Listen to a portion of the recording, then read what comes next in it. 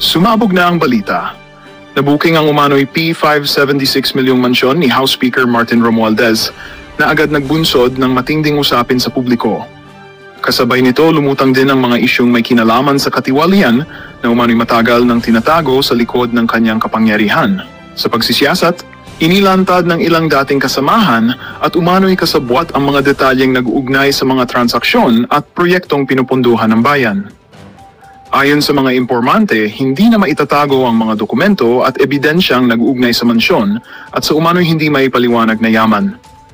Dahil dito, nagsimula ng mabasag ang katahimikan ng mga taong matagal ng sangkot sa mga ganitong operasyon.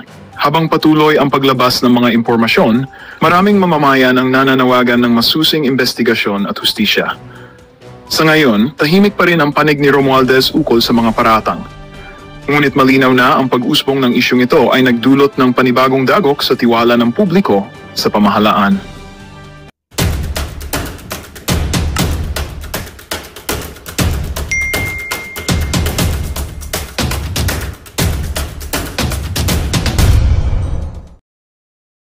ng mga dokumento nag-uugnay itong partikular na mansyon na to dyan sa Newport Coast, California, dito kay Congressman Edwin Guardiola.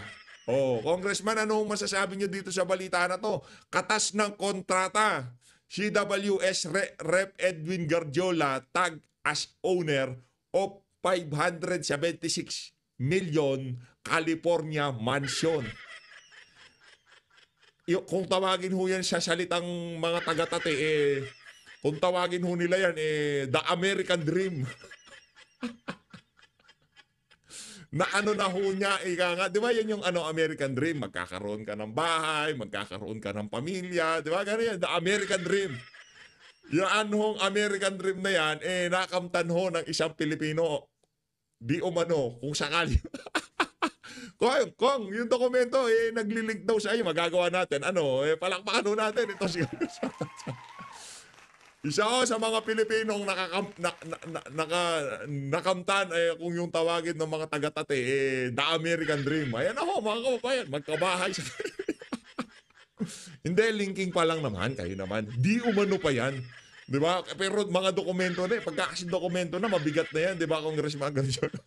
Dito tayo sa Mag-Asawa Diskaya. Talaga, PA. Ito, Mag-Asawa Diskaya, game. Hindi.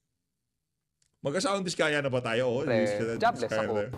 So, ang nangyari po dito, nag-apply po ako sa biyanan ko ng trabaho. Sabi ko, Daddy, baka pwede mo naman bigyan ako ng trabaho dyan. Ako na muna magbantay ng mga site mo. So, binigyan naman ako ng pagkakataon at hindi pa ako masyadong magaling at marunong noon. So, talagang ginawa ko, ang sipag ko talaga. Mula umaga hanggang hapon, talagang binabantayan ko yun, binabalikan ko yun. Hanggang hindi ko napapansin, kahit hindi naman ako nag-aaral ng engineering talaga, dahil actual experience talaga natutunan ko, natututo na ako sa mga foreman ko. Wow. Kung paano ang diskarte, paano yung paglatag ng bakal, paano lahat. Minsan nga, sila, yung mga foreman, minsan magagaling pa mas sa mga engineer. Yung mga engineer kasi magagaling talaga sa libro yan. Computation. Teka lang, huwag mo sabihin yan. Yung mga foreman, mas mamagagaling pa sa mga engineering. Hindi pwede yan. Kaya dyan nagkakagulo sa social media, kaya nag-aaway-aaway dyan sa usapin na yan. Kailanman, hindi gagaling si foreman kay structural engineer kasi pinag-uusapan nila bakal siguro mag-a-assume tayo structural engineer yan. Kailanman, hindi gagaling si foreman sa engineer. Tandaan nyo ho yan mga kababayan. Doon sa technical, principle, implementation, hindi gagaling si foreman. Manwala ko kayo sa akin mga kababayan. Hindi gagaling. Kaya pala puro substandard yung gawa nyo. Enak ng Petrang Garapata. Ikaw talaga. Ulitin ho natin ha. Ako dyan Pagdating kasi sa mga bagay-bagay na yan, yung structural engineer, nag-aral yan. Ika nga yung mga computation, yung implementation, yung standard, nandyan. Pero yung mga foreman, karamihan dyan, puro shortcut at puro mga theory lang at principle at experience. Diba? Pero yung actual na pinag-aralan, yung karamihan ng mga foreman, natututo yan sa mga structural engineer. Pero huwag mo sasabihin na, karamihan ng mga foreman, magaling pa sa mga engineer. Kalokohan yan. Isa ka sa mga, nagiging dahilan kung bakit nagkakagulo sa social media.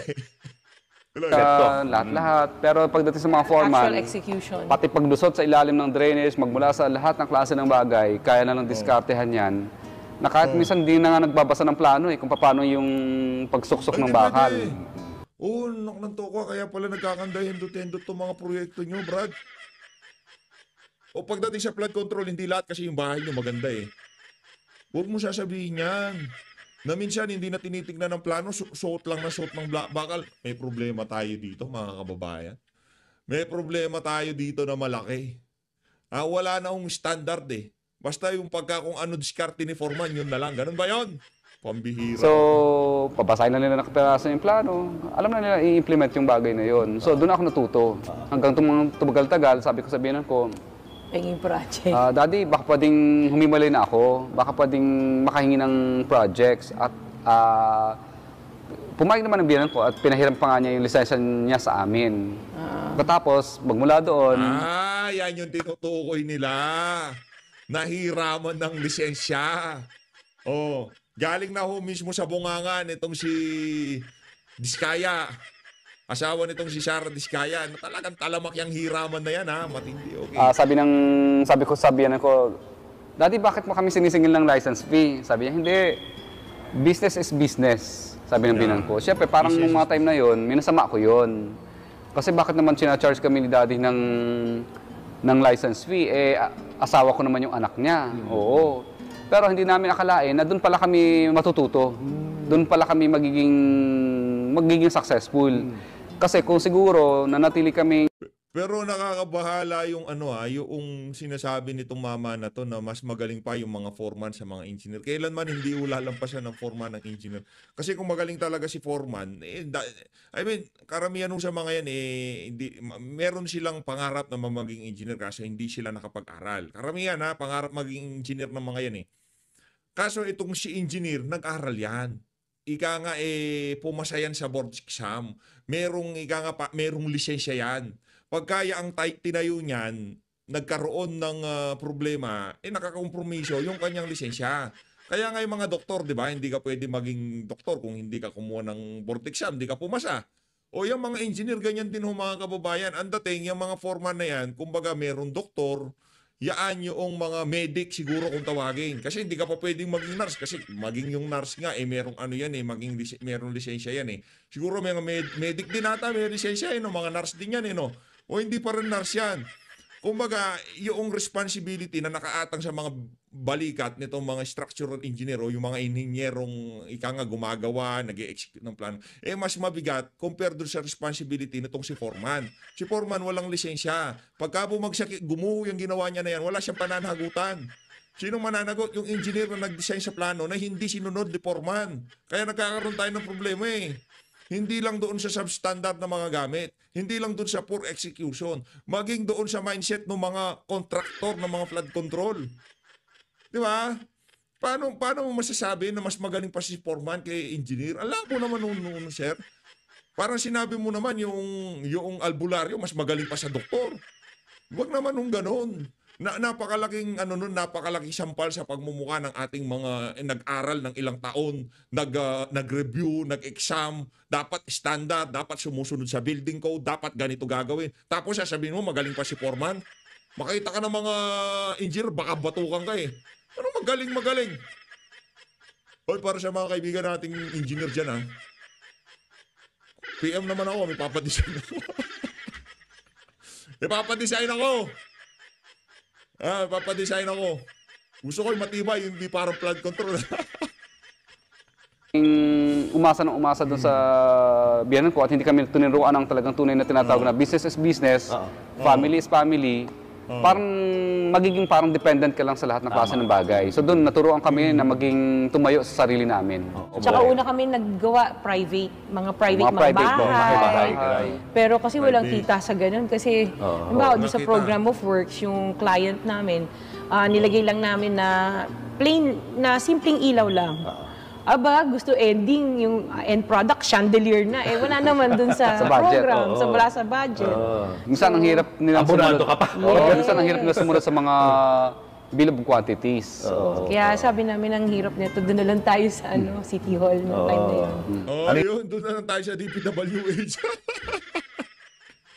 Booking no? Yung tipong dito sa video na to talagang nagkaalaman Lumabas talaga yung lahat ng ika nga, hindi sila mismo kumanta sila. Doon sa paghiram ng lisensya, doon sa pag-execute ng mga proyekto nila sa Pakasip, City Hall, yan, pamahalaan, di ba? Lahat talaga puro falsifikado Dito pa lang sa interview nila nito, laki na unang problema ng mag-asawa na yan sa totoo lang.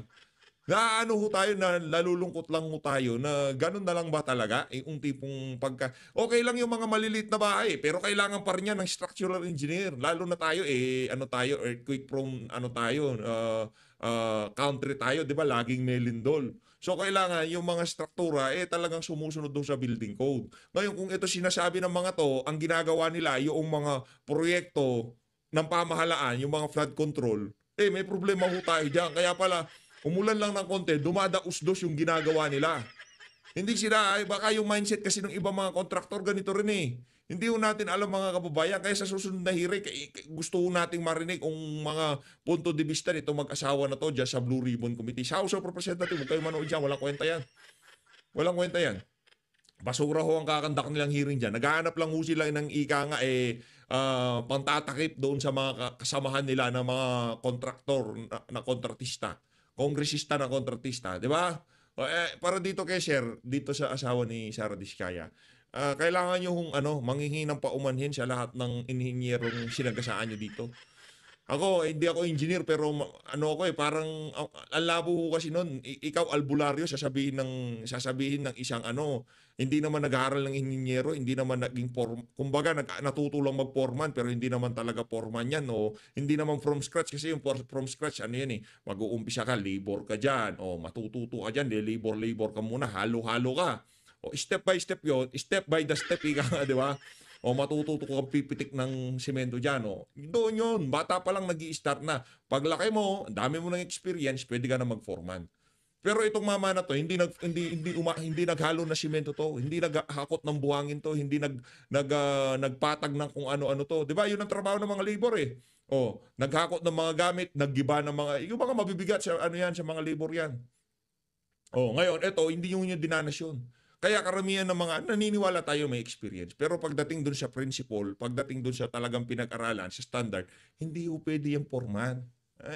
Mayroon na, sige, yun na ako. Pero yung mga yung mga undergraduate ng engineering, tapos hindi sila nakapag-board, kahuli-huli, naging foreman sila. Pwede, magaling, merong say yung mga yan dahil sa hirap ng buhay, hindi natapos. Pero hindi mo pa rin pwede sabihin na mas magaling ka doon sa nagpasa ng board exam. Kasi yung board exam, yun yung huling final boss yun sa iyong profesyon na kailangan mong malampasan. Diba? Yun yung final boss mo Pag nalampasan mo na yung final boss mo na yan, legit ka na dyan. Magkakalisensya ka, magkaka-responsibility ka. Kasi yung mga yan, alam nyo kung bakit masakit ang loob nila. Kasi meron silang lisensya. Kaya kung bakit kailangan pagkaya ang 15 mm, 16 mm, 30 mm, yung mga bakal-bakal, yung mga halo, kung gaano yung ratio sa buhangin at graba. Kaya nila sinusunod yan dahil kung sakaling makompromiso yung proyekto, sila ang mapuputukan. Yung lisensya nila, tablado. Dito na ho tayo mga kababayan. Tuloy pa ba natin to sa mga Diskaya na to? Nakakaano yung asawa niya na bad trip ako dun sa Kailangan i-check lahat ng infrastructure project ng pamahalaan pagka ganito yung mindset ng mga kinukuha ho nilang mga kontrakto. Kawawa mga Pilipino, grabe. Dito tayo sa dito kay Gardiola, lagay lang kita rito kasi isa ka sa mga key personalities dito sa video na to. Isa ka sa mga kung tawagin you achieved the American dream. Ibang klase ka, Brad. Okay? Magandang umaga, Ed. Magandang umaga sa iyo. Long time no see. Long time no see, sir. Umikot na naman. Maraming salamat ho mga kababayan. Feeling ko dito sa ngayong araw ba na to na 970,000 subscriber tayo.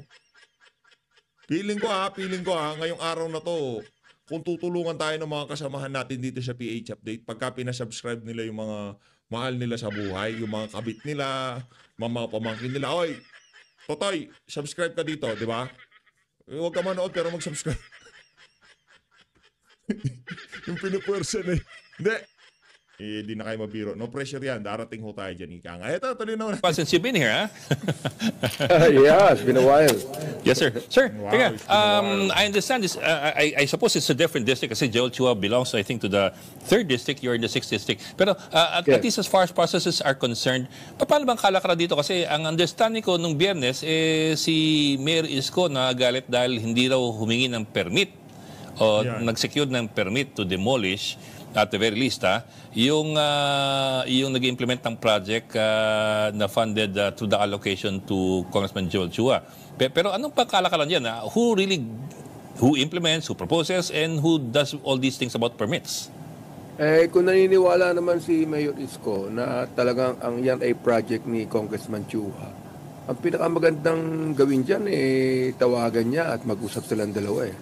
Palagay ko naman Congressman Chua would go ahead and talk with. Hindi kailangan tawagan si Mayor Isko. Kailangan lang po kumuha ng permit doon sa engineering office ng Kapitolyo, ng City Hall. Punta sila doon. Hindi na kailangan kausapin. Ano na yun? Daming busy si Mayor May. Hindi niya kailangan kausapin. Sabihin mo, doon kay Chua, doon sa project manager, doon sa infrastructure, itatayo na naman. Punta siya sa engineering office. Hingi siya ng mga kaukulang permit. Tapos sa usapan, dami yung kechebure dyan, dami yung drama sa The buhay. Mayor Isko para malinawan yan sa akin hindi kagad yung bigla na lang gigibain, no? Kinakailangan mo natin ng maigi kung talagang walang permit yan, for example. Okay, walang permit yan. But that is a national project. So, ibig sabihin, maaaring dapat informahan ng City Hall of Manila. Ako gagawin ko yan, no? Before anything that can be done in my district, i-inform namin ang City of Manila to find out kung anong masasabi nila dyan. Pero palagay ko, napag-uusapan muna yan, I think that is about it for a while bago magitaan. Yes, sir. But what I mean is, as a matter of processes and procedures go, siyempre, the money is coursed through Congress kasi it's Congress that allocates the money or the budget for these projects. Pero the implementation, I suppose, would be up to, for example, the DPWH. Would the congressman have anything to do pa with securing, for example, permits? Kasi at the outset, parang yun ang unang pinagawa yan Actually, tama yung sinabi ni Congressman Chua na they're just requesting the DPWH, ito pwedeng gawin to. It is up to the DPWH kung talaga gagawin nila o hindi. Sila naman ang humahawak ng pondo Oo nga, siguro pondo ng congressman yan na hiniling. Pero the DPWH is the one that will implement that. Nasa kanila yung pera. Ang pinakamaganda siguro ginawa ng DPWH nakipag-usap muna ng City Engineer of Manila. O siguro naman, kung yan ang kini-question ng ating mayor, pinakamaganda niyan, kausapin na ng city engineer yung nagpagawa, yung mismong DPWH nagpagawa niyan. So what I mean is it the congressman who talks to the city engineer or the DPWH? From what you're saying, I understand it's the city engineer who should talk to DPWH. It must be. The DPWH and the city engineer should talk about it, no? Pwede naman sigurong i-inform yan ni Mayor Isko sa kanyang city engineer. You call up the DPWH about that and find out kung ano maaaring magawin dito. Pero pag merong, if there is a political color in that, iba na po yan. Do you see political color here? It might be because in a way Congressman Chua is not with Mayor. Hindi na tayo sisingit. Last na singit ko na to. Basta pagka tumawa ako, may problemado yung sagot, okay? Ganun na lang. Hindi na ako magsasalita magagaling naman yung mga kasama natin dito sa BH Update. Alam naman nila pagka yung tain ng baka yan, alam naman mga kababayan Mayor natin. Isko in the last election. Okay. Sa akin lang Ed, it would be good if we will not involve any politics in any project that we have because that is for the people anyway. It's not for us. Certainly. That's for the people, no? at kinakailangan mo ng talagang tingnan maigi o kailangan ba ng mga tao yan. The people need that, and I think that the barangay should also be informed about that, no? Ang pinakamaganda talaga niyan, it must be the people that know the city engineer and DPWH should talk about it. Laban. Sir, the second level, I suppose, is this: exactly how much coordination, from your experience, exactly how much coordination is there between, for example, a political office, like for example, a congressman proposing a project, and the LGU? Let's just use your office as an example. Gaano karaming coordination na ginagawa ninyo pag meron kayong proposed project with the local government unit? Well, noon wala kaming problema eh. I do not have any problem with that. Whether the city of Manila is informed or not, no? Teka lang. The mayor does not in any way meddle with whatever projects we have, no? In fact, Hindi pwede yun. Nasingit ako kasi maliho yun. Hindi pwedeng hindi kayo manghingi ng abiso sa pamahalaang lungsod, local government ng lungsod ng Maynila. Kahit sa ang probinsya, kailangan yung manghingi ng koordinasyon. Paano pag kami nasaktan? Paano pag kami nabagsakan dyan sa mga itinatayo nyo na yan? Diba? Dapat mayroong proper coordination. No? Halimbawa, nagtatayo ng ito project ng DPWH, hindi project ng local government. Aayusin ng kalsada, may itatayong kalsada, may isasarang kalsada, hindi makikipag-coordinate, hindi magde-deploy ng tauhan ng local government doon para ayusin ang flow ng traffic. Halimbawa na lang, kasi karamihan naman yan, DPWH yan. Dito sa isa na to, hindi na kailangan. Siguro nung panahon ni Hani Lacuna, hindi na kailangan. Pero ngayong mga panahon na to, pagka sinabi mong hindi kailangan ng coordination ng local government, isang malang kasinungalingan niya, sir. Linoloko nyo na naman ho ang taong bayan. Di ba? Napakalaking kalokohan ho noon, mga kababayan. Siya tinatayo na lang eh. Sa mga karsada, kahit anong infrastruktura yan. Kung saang lungsod o saang munisipalidad ang dyan, kailangan makipag-coordinate. Kasi pagka nagkandahindot-hindot yan, nagka-problema yan, o nagkaroon ng aksidente dyan, nagkaroon ng aberya dyan, sino re-responde? DPWH, Central Office, local government pa rin ho, nung sumasakop dun sa lugar na pinagtatayuan ng infrastruktura na yan. Kaya huwag nyo lukuhin na sambayanan. Okay? Huli na yan, Benny ha. Kaya kayo di nanalo, kaya ganyan kayo mag-isip eh. he's very happy about it because it helps the people actually. Kami naman, bilang congressman, alam ko na dapat ang talagang gawin ng congressman ay gumawa ng batas. Totoo yan. But we are also tasked by the government to be able to see the projects that are needed in our district. And because of that, yun ang sinasabi namin sa kanila, ito kailangan ipagawa ito. We would like to build a multipurpose hall here. Ngayon, syempre, the government would allocate funds for that, and then they will give it to the DPWH, and DPWH will be the one to implement that.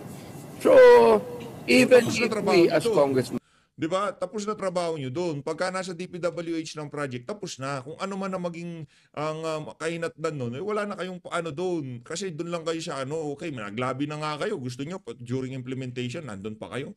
During construction, magga-groundbreaking, nandun pa rin kayo. Kawalang hiyaan na ho yun. Ang dating doon, ka-EPAL, kaya kayo tinatawag na EPAL dahil dyan sa mga galawan nyo na yan. Again, hindi nyo na maloloko sa bayan ng Pilipino. Pasensya na ho mga kababayan, hindi ho natin matiis tong si Benny Abante. Talo na ho kasi ito eh. Kaya ganyan na mentality nitong mama na to. Hindi naman ho talaga dapat congressman to. Dapat si Congressman Joey yung congressman. Hindi ho siya. Ika nga hinog sa pilit. Kaya yung utak ganyan, di ba? Kahit walang proper coordination, tayo na lang kayo ng tayo. Harangan nyo lahat ng karsada dyan. Hayaan yung mga tao kung saan dumaan. Di ba? Huwag kayo magpag-coordinate. Huwag kayo magpa-deploy ng barangay tanod o ng mga traffic enforcer dyan para ayusin yung flow ng traffic. Hindi, walang coordination. Basta labo-labo na lang tayo. Ganon? Ganon gusto nyo? Kawalang hiyaan yan. Would perhaps make the law. We are also stewards of, a good steward of every project in our district.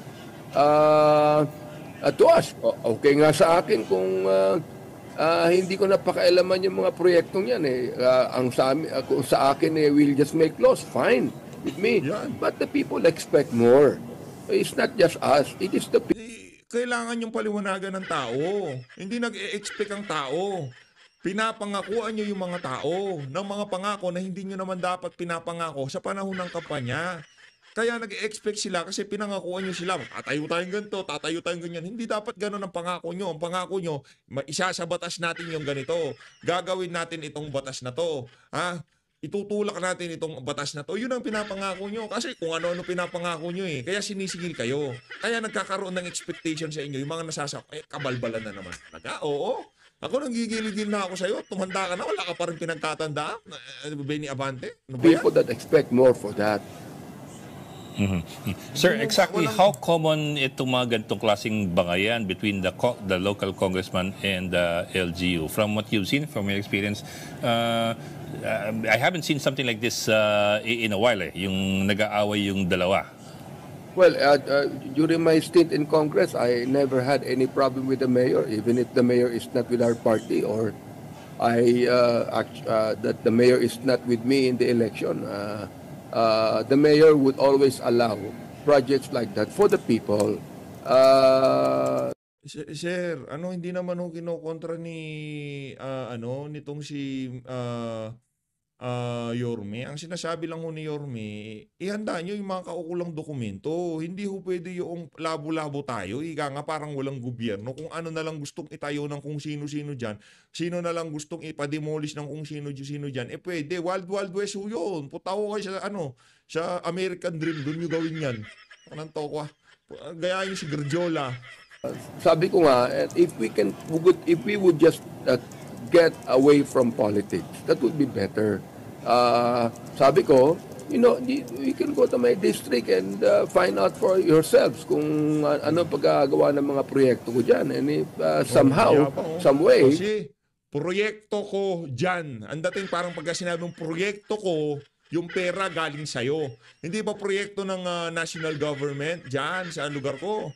Dahil under my... Magandang balita ang hatid namin sa inyo ngayong araw. Sa pagtatapos ng aming balitaan, nagbigay kami ng mga mahalagang impormasyon. Maraming salamat sa pagtutok at pagsuporta sa aming programa. Huwag kalimutang manatili sa mga susunod na araw para sa mga bagong balita at mga kwento na dapat nating abangan. Mula sa Boses ng Masa, magandang araw Pilipinas!